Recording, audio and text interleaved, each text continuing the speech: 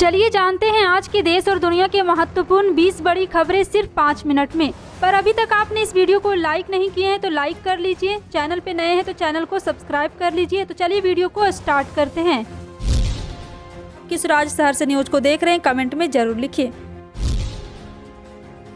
उत्तर प्रदेश विधानसभा चुनाव 2022 के छठे चरण में 10 जिले की 57 विधानसभा सीटों पर वोट डाले जा रहे हैं। इस चरण में देवरिया जिले में भी वोट डाले जा रहे हैं। इससे पहले बुधवार की रात गौरी बाजार थाना क्षेत्र के करमाजीतपुर गांव में समाजवादी पार्टी और भारतीय जनता पार्टी के कार्यकर्ता आपस में भिड़ गए। इस दौरान बीजेपी के 4 कार्यकर्ता घायल भी हो गए और इस दौरान कार्यकर्ता की हालत गंभीर होने के बावजूद अस्पताल भी ले जाया गया। बता दें कि करमाजीतपुर गाँव के सगड़ा टोला में बुधवार की रात राम आशीष साहनी के घर पर कीर्तन था। इसमें सपा और बीजेपी कार्यकर्ता भी मौजूद आए हुए थे। इसी दौरान किसी बात को लेकर दोनों पक्ष में विवाद हो गया। इस मारपीट में बीजेपी के 4 कार्यकर्ता घायल हो गए। घटना की जानकारी मिलने पर देवरिया सदर अस्पताल सीट से बीजेपी प्रत्याशी सलभमणि त्रिपाठी के मौके पर पहुंचे और घायल लोगों का स्थानीय स्वास्थ्य केंद्र पर ले जाया गया। और वहीं सपा प्रत्याशी हृदय प्रताप सिंह पिंटू ने भी एक तरह से बयान दिया है। उनके भाई समेत 4 समर्थक के साथ मारपीट की गई है। उनके यहाँ भी आरोप लगाया कि बीजेपी समर्थकों ने गोली चला दी है। और दूसरी तरफ बीजेपी प्रत्याशी का कहना है कि सपा के लोग पैसे बांट रहे थे।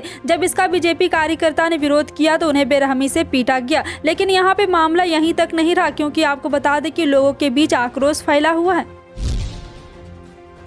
चंडीगढ़ कांग्रेस में बदलाव की सुगबुगाहट तेज हो गई है। पंजाब विधानसभा चुनाव के परिणाम आने के बाद चंडीगढ़ कांग्रेस में बड़ा बदलाव आएगा। चुनाव के नतीजे 10 मार्च को आएंगे। उसके बाद चंडीगढ़ कांग्रेस संगठन का नए सिरे से गठन किया जाएगा। ऐसे में कई नेताओं की छुट्टी होगी, वहीं कई नेता नए लोग की जगह दी जाएगी। दिसंबर 2021 में हुए नगर निगम चुनाव में कांग्रेस का प्रदर्शन अच्छा नहीं रहा है, जिसके कारण नेता निराश है। नगर निगम चुनाव में कई नेता पार्टी छोड़कर भाजपा और आम आदमी पार्टी में भी शामिल हो गए थे। नगर निगम चुनाव के बाद देवेंद्र सिंह बाबला पत्नी हरप्रीत कौर बाबला के साथ भाजपा में शामिल हो गए थे। बाबला कांग्रेस पार्टी में महासचिव थे, लेकिन इस बार पंजाब की बरनाला सीट से पूर्व केंद्रीय मंत्री पवन बंसल के बेटे मनीष बंसल से चुनाव लड़ना शुरू कर चुके हैं। कांग्रेस ने सदस्यता अभियान शुरू किया है। ज्यादा से ज्यादा लोगों का सदस्य बनाने के लिए कांग्रेस ने एक कमेटी का भी गठन किया है।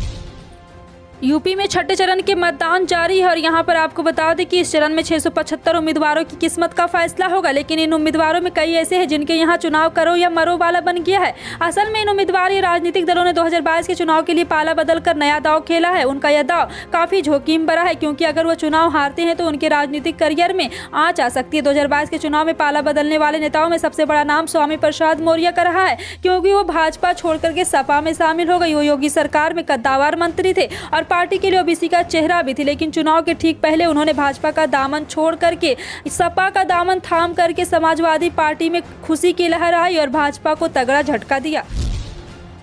समाजवादी पार्टी के अध्यक्ष अखिलेश यादव ने कहा है कि उत्तर प्रदेश में उनकी सरकार बनने पर लोगों को दूध, चीनी, तेल और घी के साथ साथ पूरे साल मुफ्त राशन मिलेगा। अखिलेश ने कहा है कि भाजपा सरकार में लोगों को मार्च तक ही मुफ्त राशन मिल रहा है, लेकिन सत्ता में आने पर लोगों को पूरे साल भर के लिए 1 किलो तेल, घी और दूध पाउडर के साथ मुफ्त राशन मिलेगा। उन्होंने मुख्यमंत्री योगी आदित्यनाथ पर हमला बोलते हुए कहा है कि सपा की बढ़ती लोकप्रियता को देखकर योगी बेचैन हो गए हैं। उन्होंने कहा है कि गरीबों के लिए 300 यूनिट बिजली और चिकित्सा उपचार भी मुफ्त होगा। सपा प्रमुख ने कहा है कि जब योगी आदित्यनाथ अपने घर को पटरी पर नहीं ला पा रहे हैं तो वहीं दूसरों के घरे को कैसे बेहतर बना सकते हैं।